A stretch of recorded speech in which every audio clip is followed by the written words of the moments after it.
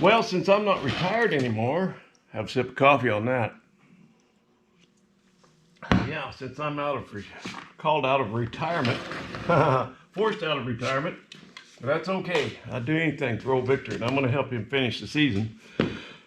So I've been gearing up last night, and this morning I need to sharpen this knife. This is my drafting knife, and this starts out as about $150 Henckels, and the cutlery people get really they just kind of wince and just kind of draw up and shudder and shake a little bit when you tell them I'm going to score this on the end and put it in a vise and snap the end off this $150 knife, and they go ooh. And but we do that to take the flex out of the blade, and then I made this little thing to go on the end here, this little guide or whatever you want to call it, out of aluminum, set screw on each side that holds it to the blade. But when you cut that end off, that takes the flex out of the blade, or most of it. So, and this guide on here gives you a place to put your hand so you can make a nice straight cut. These true and straight cuts is the key to getting that cambium layer to match up. And I guess the best way to define a cambium layer is to say that it's a one-cell layer where all growing takes place between the bark and the hardwood. And we all learned when we were little kids, you should cut a tree down and count the rings. That's how old the tree is. Well, that growth between the rings, that was the cambium layer for that year. And that's kind of it, I guess. So, yeah, I got to sharpen up a little bit this morning. We could go through a series of stones. This is what is this, a 400, I think. I just got this for Victor. It's a brand new one. 220. This is a 220.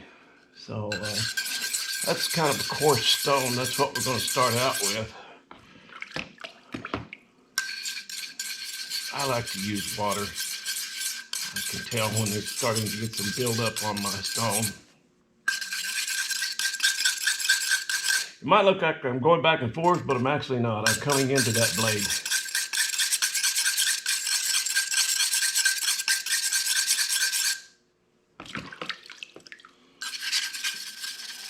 Victor gives me a hard time because I just got a way of doing that. I always turn that knife, and he mocks me sometimes about how I turn that blade. Just a habit.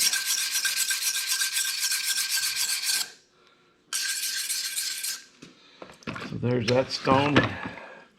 And this one I think is probably about an 800. I can kind of tell by the sound of it, you know, but it's a lot less coarse, it's a lot finer stone than that last one.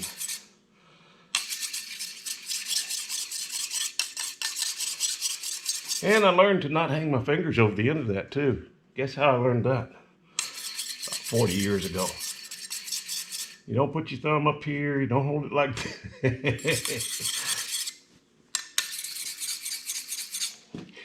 We finish off the final edge, we call it, with a razor hone. And this was what they would have used on the straight razors. My dad always shaved with a straight razor, and I've still got his straight razor. I've used it a couple times. I don't really trust myself with it, but my mom got him an electric razor once we got electricity in our home, which was not until I was 11 years old. But he used it a couple times and went back to straight razor. And what I'm doing now is setting up the final edge. And we control the bite. We call it the bite, and that's how much the knife pulls in to the wood, the grafting sign. It's called SCION. So I want to roll that edge a little bit toward me. That way the knife will pull into that wood, and if you get it just right, it'll come out right through the center. So you can adjust how deep that bite goes. How much bite you put on the blade determines how deep that knife goes into the wood. If it's rolled out this way, it'll skid out. If it's too much on this way, it'll cut too short. And if it's just right, it'll come out right at the center of the grafting sign. So I'm putting just the right amount of bite on this final edge. If you look, I even use a razor strop sometimes. If you looked at an edge of this blade under a microscope, it wouldn't be a straight, smooth edge. It would be little jagged, little serrated points on there. And what that razor strap does is align those edges, and it rolls them all one way or the other way. It gets them all so they're not doing this. They're all lined up very evenly. So, and then this is the very final edge right here. This is a real fine stone, or hone. It is. It's a hone, I should say. A little on the back side, just to align those edges, but then a little more on this side to kind of roll that edge toward me just enough so that it comes out right in the center of the wood. So that's grafting knife sharpening 101 for today. And you always set this up so you're pulling that Allen wrench away from the edge of the blade. In other words, you don't want to put it on here and be pulling it toward the sharp edge. Pull away from that. There we go. Now, boy, I'll be a mean, lean grafting machine today. Woo! Jump back. This is one Victor uses, and we used to use these all the time. This is a stair gauge. You put it on a carpenter square when you're shoving it up to make the same distance cut every time. And over the years, well, we grind the sharp edge down so it doesn't hurt your palm, but over the years, old Victor's got this polished up real well. This is his knife. And when I went out to assess his last job he did, that was my first clue something was wrong, was his knife was dull. So, okay, I guess that's enough about that. I'll see you all in the field. Don't be late. Buckle up and hang on. Let's see what's going to happen next around here. And we're going to shoot over and pick up old Waylon Wire over there. He does some cool stuff.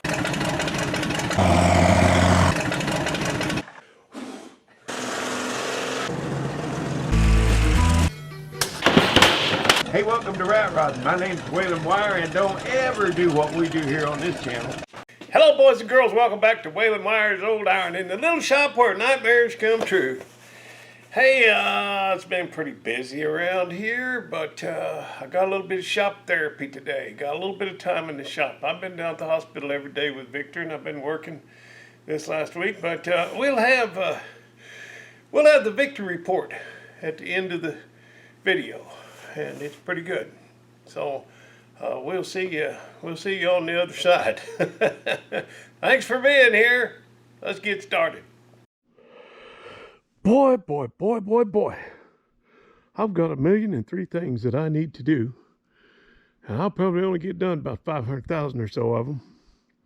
But I need to put that dirty dozen back over there on the bank, because it's pulled out here. I don't remember why now, but we need that space over there for some reason. And I've kind of just dropped everything when Victor had that stroke, and I went back to work. Need to clean up all those leaves, but I don't even dare start that. All this mess from that last windstorm, but I don't dare start doing yard work around here. I'll be 2 weeks doing that, so I'm not even going to commence on that today, but I'm going to shuffle some rigs around, and then I'm going to try to do a reveal, something that showed up here that y'all have not seen yet. In the previous video, we saw Waylon setting up the ramps on the trailer, and you could hear Rig running off camera. Yeah, I drug another one home. Yeah, I don't know. I guess I'll just start and let my ADD lead the way. You know, I'll just follow my nose and see where I wind up, what happens.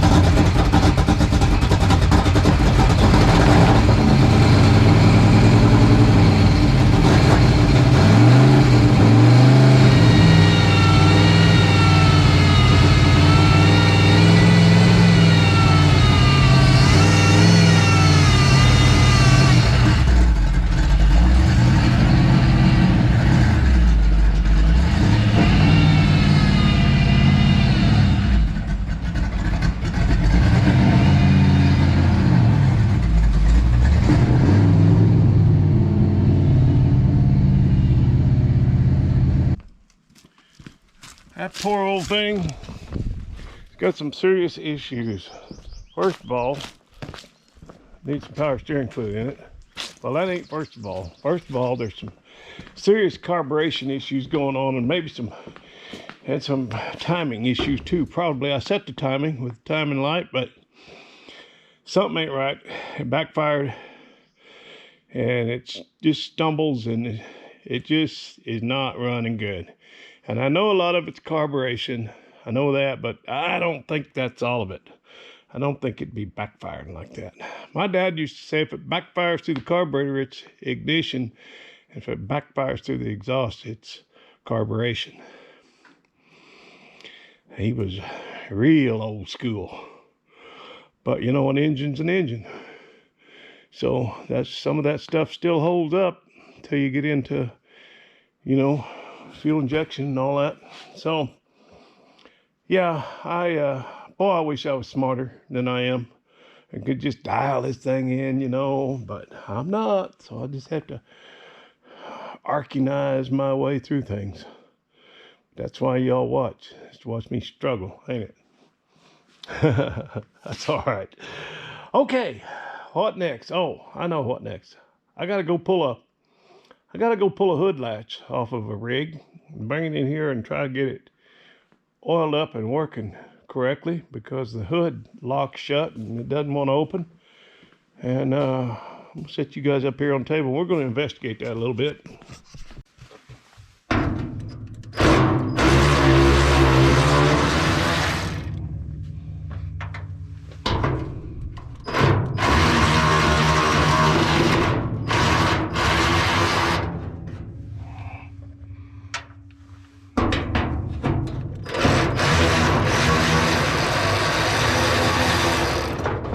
I hope this thing works. I hope it's just gummed up,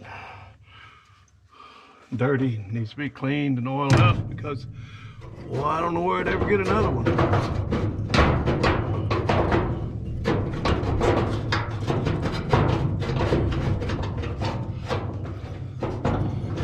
I don't understand all I know about this thing, my dad used to say.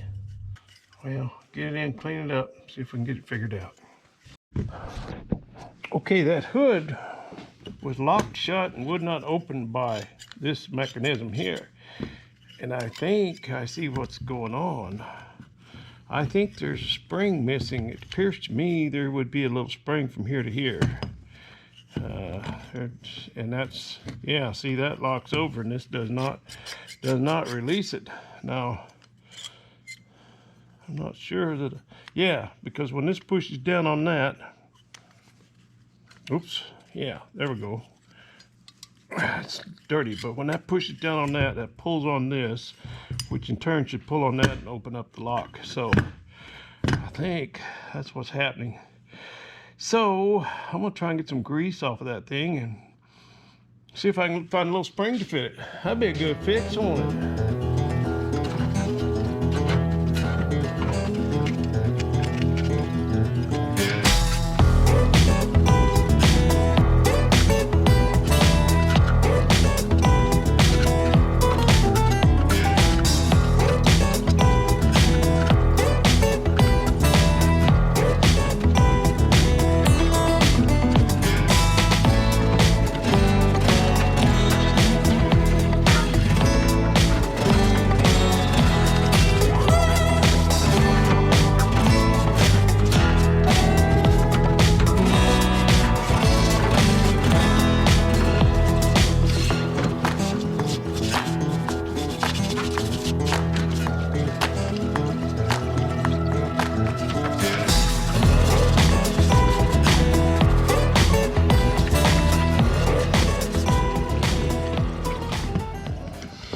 Okay, I got this thing kind of cleaned up and got all the hard grease out of it. Got all the mechanisms working.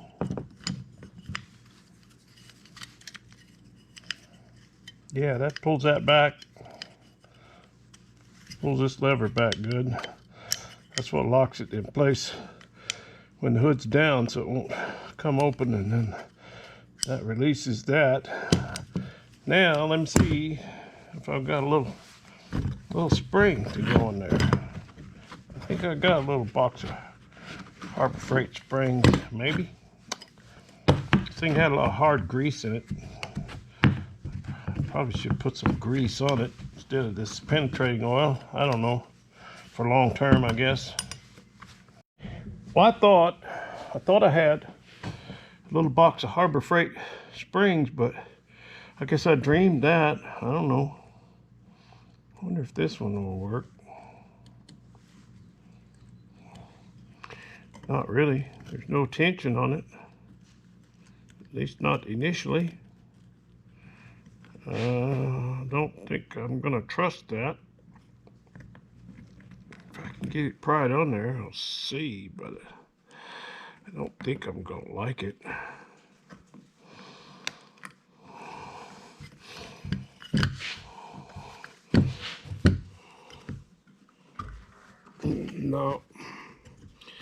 No, that don't work. I mean, it might, but it might not. I don't trust it. Got this one. This one's a little bigger and a little stronger. I've shortened one end of it. No, that's just too big. I think I'll go get one. If I get one about half that long, it should be about right. About half that long and about as big around as this one.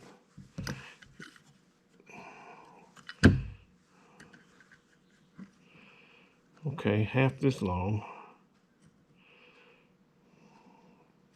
I mean, I could stretch that out and straighten out a piece and maybe make it work, you know, like we used to do down on the farm. We wouldn't go to town for something like that if we had something to work with. But we're not down on the farm. We're 5 minutes from town with tailwind. So, pretty close to the hardware store. I think I'll run down and see what they got. Well, something pretty stout. But, yeah. All right. I'll get back with you. Well, I picked up a couple different sizes. I got to tell you, it sure is nice to get a little bit of shop therapy. I haven't done anything since the Wire Boys were here because Victor had that stroke, and then I've been down at the hospital every day, plus working during the daytime. So this is nice to get a little bit of shop time, little therapy. You know, I think that's going to work quite nicely. That one right there. I'm not sure this is going to be enough.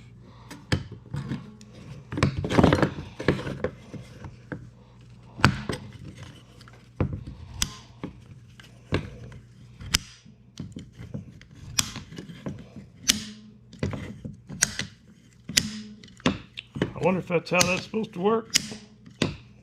Appears to work. Guess we can go put it on and find out. And just to show you how we operate here at Whalen Wire's Old Iron, after I went to town, got those springs and come back, look what I found. Yeah, buddy, that's how we do it here at Whalen Wire's Old Iron. Of course.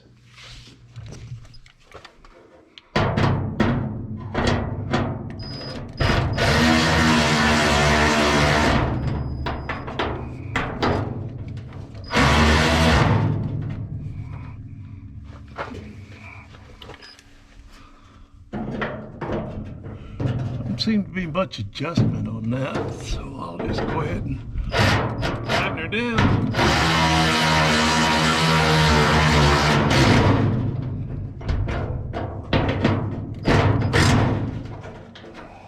Y'all figured out what we're working on yet?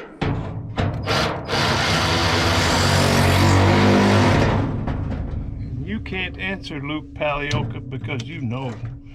You spotted it in the video, and you were the only one, the onlyest one.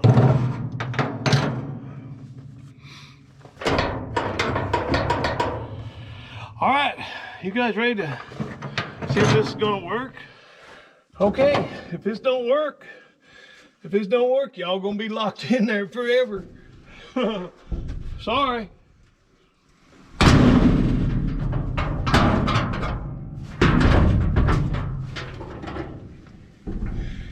did work. I had to jiggle it a little bit, but that's all right. This rig's old enough to jiggle a little bit. Well, the next thing we've got to do is swap out this slave cylinder for the clutch on this rig. Anybody figured out what we're working on yet? I thought I heard an exhaust leak when this thing was running. Boy, look at that crossover. It goes around the front of the oil pan. Huh. Well, ain't that a funny thing? How about that? She just loops around. Yeah, I thought I heard a little exhaust leak, but it's probably maybe right there, but the pipe could be the gasket. I don't really see where it's blowing out, but the pipe's in good shape. Really, all the way back. We got us a carrier bearing.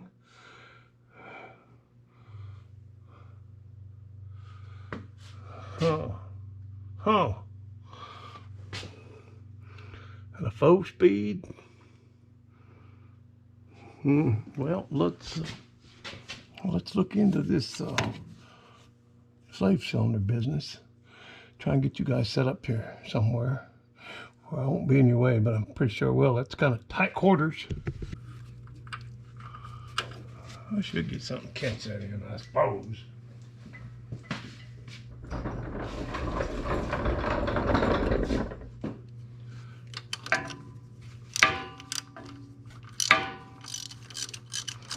Boy, it's nice to have something easy for a change. I don't know.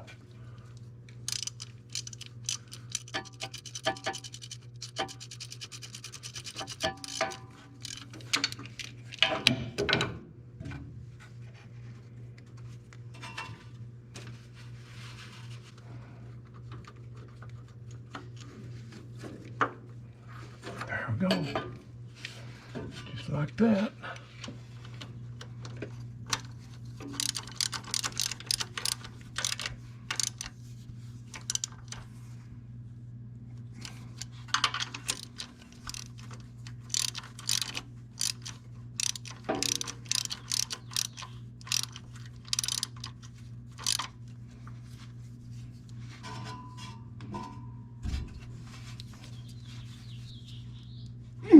Okay,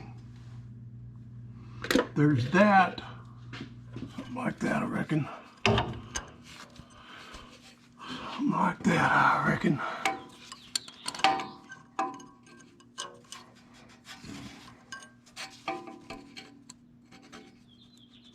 Put a little squeeze on that. Okay. I was over on the other side of the mountains when Derek was in Tacoma. I was 30 minutes away. I was taking Victor Jr. to the airport, and I had spent the night over there because he had a late flight out, and I didn't want him sitting around the airport for hours, so I left here kind of late, and I thought, well, I'll just grab a room over there and spend the night, which I did. And then I had seen on Instagram where Derek was going to be in Tacoma. So he was about 20 minutes from where I was staying. Can't see, I'm in my own way. So I thought, well, I don't know if I'd ever get another opportunity. I mean, he kind of knows who I am. He called me out. Found out he was watching my videos, and he called me out to do the burnout when he was doing that for the kids during COVID, and he's more recently. That's what I like about the guy. In spite of all his success and fame, he's still a humble guy, and he still posts on my Instagram once in a while. When Ben Noah and I were working on Darth Grader, he commented and said, "It's a cool old truck," and so that's what I like. I like that about him, but I never met him face to face. We've emailed a couple times over the years and this and that. And anyway, I wanted to shake his hand, but I ran down there. Wasn't too far from me, and I went down there, and there was a line all the way around the building from one direction and half a block another direction. 2 lines coming in, and man, I just can't wait in line 3 hours to meet nobody. But plus, I had to get back. I had Victor in the hospital, and he wasn't out of the hospital yet. He wasn't in rehab yet. He was. So I drove right by him. He was standing there looking at some guy was showing him some pictures of something. I started to holler at him, and I got, nah, just leave him alone. Maybe I'll see him on Power Tour.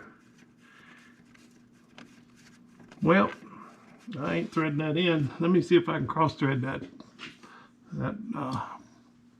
line. Let me work on that. When Derek posted that he'd be in Tacoma, and he said there wouldn't be a full meet and greet, wouldn't be merch, but he said it also means there won't be any lines. And I told a friend of mine, I said, you know what, he's wrong about that. I bet there will be lines, and boy, there was. Man.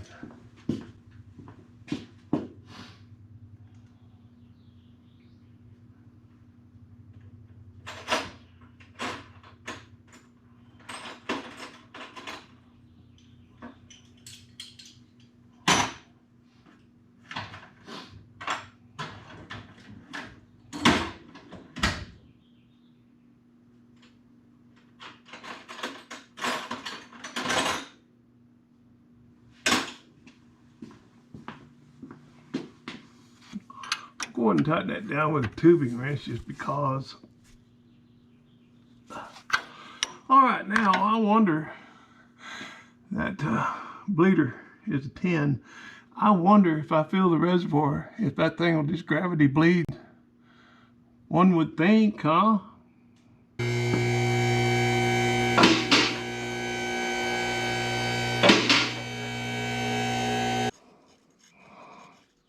Well, I'm not getting any fluids. And I got that bleeder all the way out. So what does that mean? That means it's got to be pumped? Yeah, I probably have to pump the master, huh? Cause see, I got that all the way out. It ain't bleeding. Okay. Well, have to get Noah up here to help me. My friend Darren, he moved off and left me here by myself. My neighbor Jack, he went up and died on us. He ain't around to help me anymore. He'd come help me. I ain't got nobody around here close anymore. Warren would come by. I don't want to bug him. He lives in town. It ain't that big a deal. And Noah likes this stuff anyway. And the more he can learn about it, the better, you know. Okay, y'all ready for the big reveal? I'm gonna go around back and get it.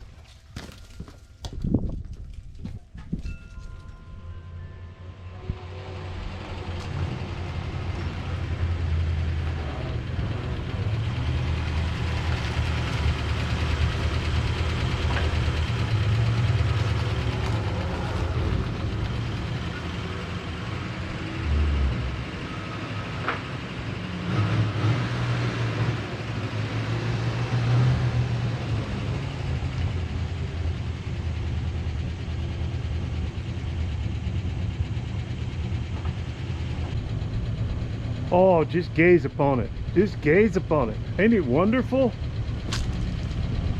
What we have here is a failure to communicate to my brain that I should not drag any more stuff home.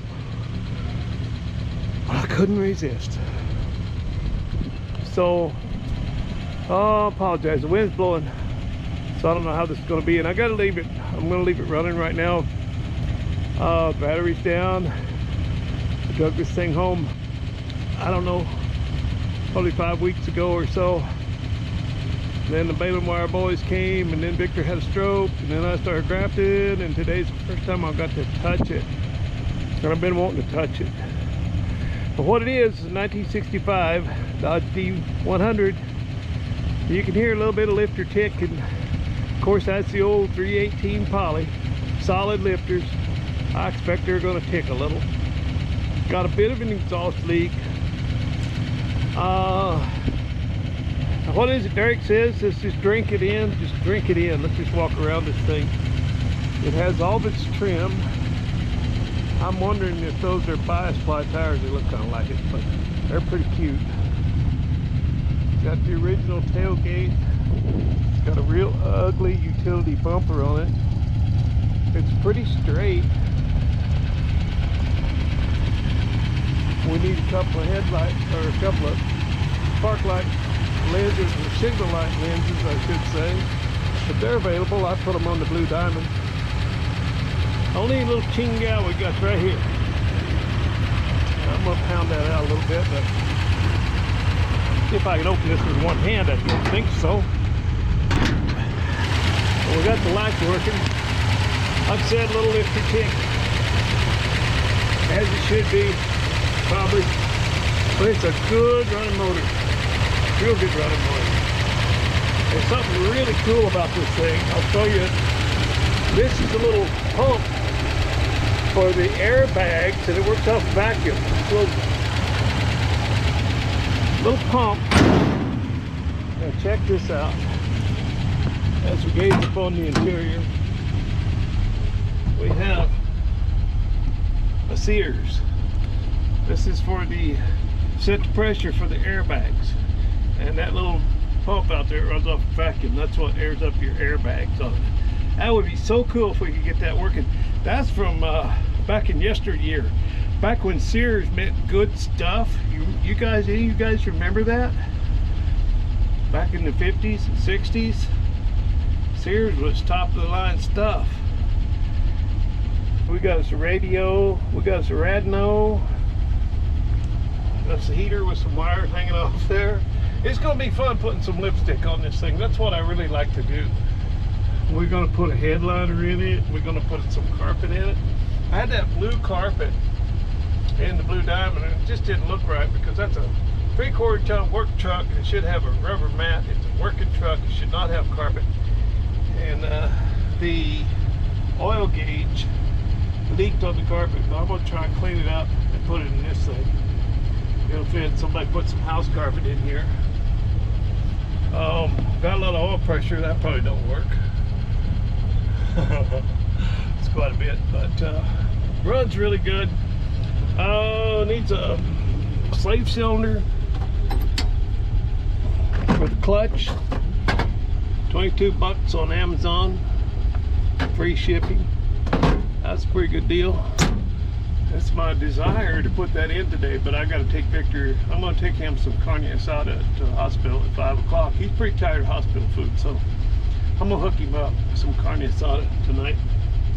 So it's already, I don't know what time, and I doubt if I'll get that slave cylinder in there. Well, I might get it in, but I don't have anybody to help me bleed the clutch. I don't know what all that's going to take. This clutch works. It'll work, but it bleeds off overnight. So probably gonna have to help me. Somebody help me bleed it. I don't like where it sits. Oh, there we go. We just need to fix. Oh, we fixed it. We fixed it, fellers. How about that? We got some trailer brakes, and yeah, I'll put that blue carpet in here, and then maybe a blue headliner. And I'm gonna do something with this seat. I'm not gonna do a whole lot, but let me pull this thing inside and shut it off, and I'll talk to you about it some more. I'll tell you what's wrong with it, the wrong things with it. But look at that, these are all rusted out. And those running boards, those inside running boards, those rockers, they're always rusted out, and this one is not. That is amazing.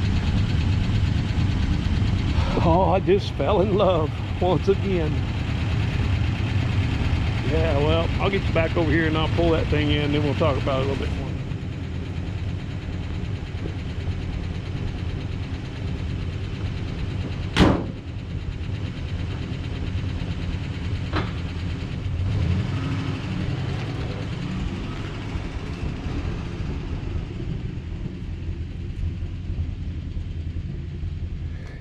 Yeah, sure, an ugly bumper.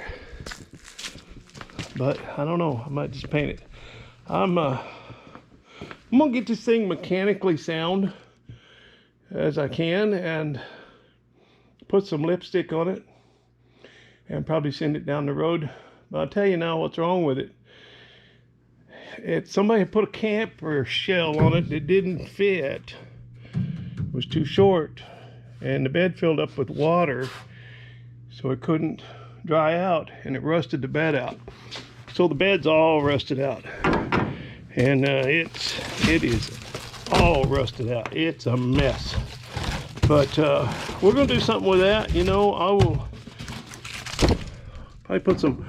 I think I'll put some wood in there. You know, I was looking at those kits. If they're the same size bed, those metal kits, you know, the old trucks in the 60s had wooden floor in the bed, and then they had between the wooden boards, they had a metal strip, and that metal strip kit is $130. So I might go that route, put some wood in here, but I'll do something with it. And this, you know, we settled on a price. If the guy would throw this hood in, because I got another project that I'm wanting to use that for. So we did, and he did, and here we are. I think that's about it. I'm gonna get it on the rack and take a look at that slave cylinder for clutch. A clutch slave cylinder. Yeah.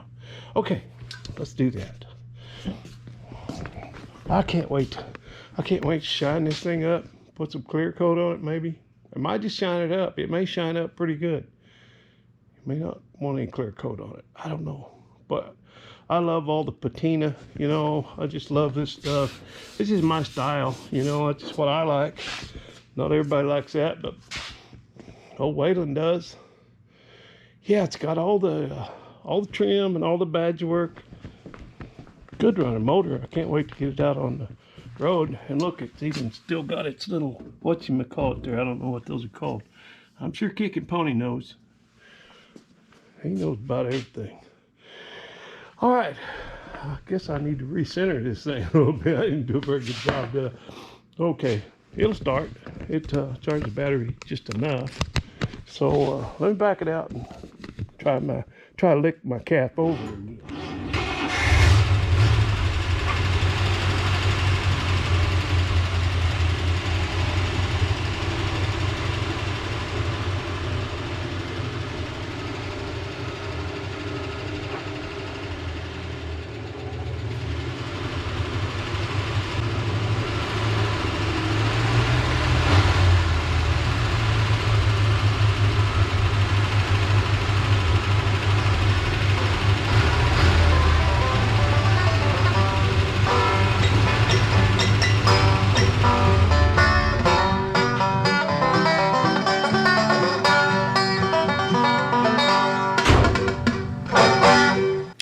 Alright guys, that's going to do it for today's video. I wanted to give you an update on Victor. He wanted to make a little video and say thank you to you guys, so I'm going to throw that in here. But I wanted to tell you too, the GoFundMe thing and the PayPal deal, the donations started coming in, and we are just overwhelmed. I put a goal at $1,000, and I knew it'd probably go over that a little bit. I mean, I thought it would, but I never dreamed it would do what it has. You know, we can do together what I cannot do alone. So I'm just blown away by this, but we raised $9,300. And that's a little more than what he would have made if he'd have gone ahead and finished his last job that he had on contract. So he's doing well. They thought that he was going to be in rehab for weeks and weeks, and he's progressing so well that they're going to kick him out Wednesday. So I've got another little video piece where we talk about that, and you can see he's looking good. But I'll turn it over to Victor here and let him tell you what he wants to tell you, and then we'll get back to this, wrapping this thing up. Hey, I'm here at the clinic. They discharged Victor from the hospital a couple hours ago and moved him over here to he's going to be doing occupational therapy. So, and it sounds like they're going to keep him really, really busy, like 3.5 hours a day. He's going to be working. But look at this guy. He's got regular clothes on. No more little dresses to wear. No skirt. No skirt. Yeah. So, Victor, did you want to say something to the good people on YouTube? Thank to everybody for all the support and the help Yeah. and all things for all the prayers. And I really appreciate it. And I didn't know I had a lot of friends on YouTube. Yeah. I guess I do. Yeah. Victor's got a huge fan base on YouTube. So, yeah, a lot of people love you, Victor. So, anyway, we just wanted to make a little short video, and Victor wanted to say thank you to everybody. So, he's doing good. He's walking really good. Got rid of his, don't have to walk with his IV pole. He called it his stripper pole. So, he's got rid of that. Yeah. He's been walking like they walk in, Gene Wilder and Richard Pryor walking stir crazy. He's been jiving, man. Hey, home, get down. Hey. Oh, bad. We bad, yeah. So he's doing good, and thank you to everybody. We bad. Yeah, that's right. So, they brought Victor over here, discharged him from the hospital on Tuesday, and brought him down here to rehab. And they said he was going to be here for weeks and weeks, and they even had an appointment made at the hospital for May the 1st. I said, he ain't going to be here May 1st. So he checked in here, it was Tuesday, wasn't it, Victor? Yeah. He checked in here Tuesday, and I said, when are you going to cut him loose? And they said, well, it depends on his progress. Well, this is only Saturday, and they had him out playing soccer yesterday, walking upstairs, and they're going to kick him loose on Wednesday. Victor Jr. is going to come up, fly up, and they got their little truck here, and Victor's going to take him home. So that's a pretty good end to the story, huh, Victor? Yeah, thanks to everybody. Yeah. Yeah, well, I just wanted everybody to see how good you're doing. You look better than you did the other day in that video, so. God bless you all. Yeah, I mean, you look okay, you don't look real good, but as good as you can, All right, guys, I guess that'll do it for this one. I'll just thank everybody for the donations. What an outpouring from the YouTube community, our little family here, and then my neighbors too, and friends and neighbors chipped in, and it's just unbelievable. So thank you all for that very, very much. And Victor is he's very, very grateful to all of you, and I guess that's about all I can say about that. And I don't know when the next video is going to be out, because I'm going to be working, but I think I'm going to get to work on this white truck a little bit more before I start that another job. I've got one job coming up. It's 8,000 grafts, 2,000 trees. So I'll be doing some chainsaw work on that, and then I'll be in the row grafted until it's all done. But I haven't forgot how to run a knife. I can still get her dead. All right. We'll see you soon right back here on Whalen Wire's Old Ironing. Oh, I sure do appreciate you. Thanks for being here.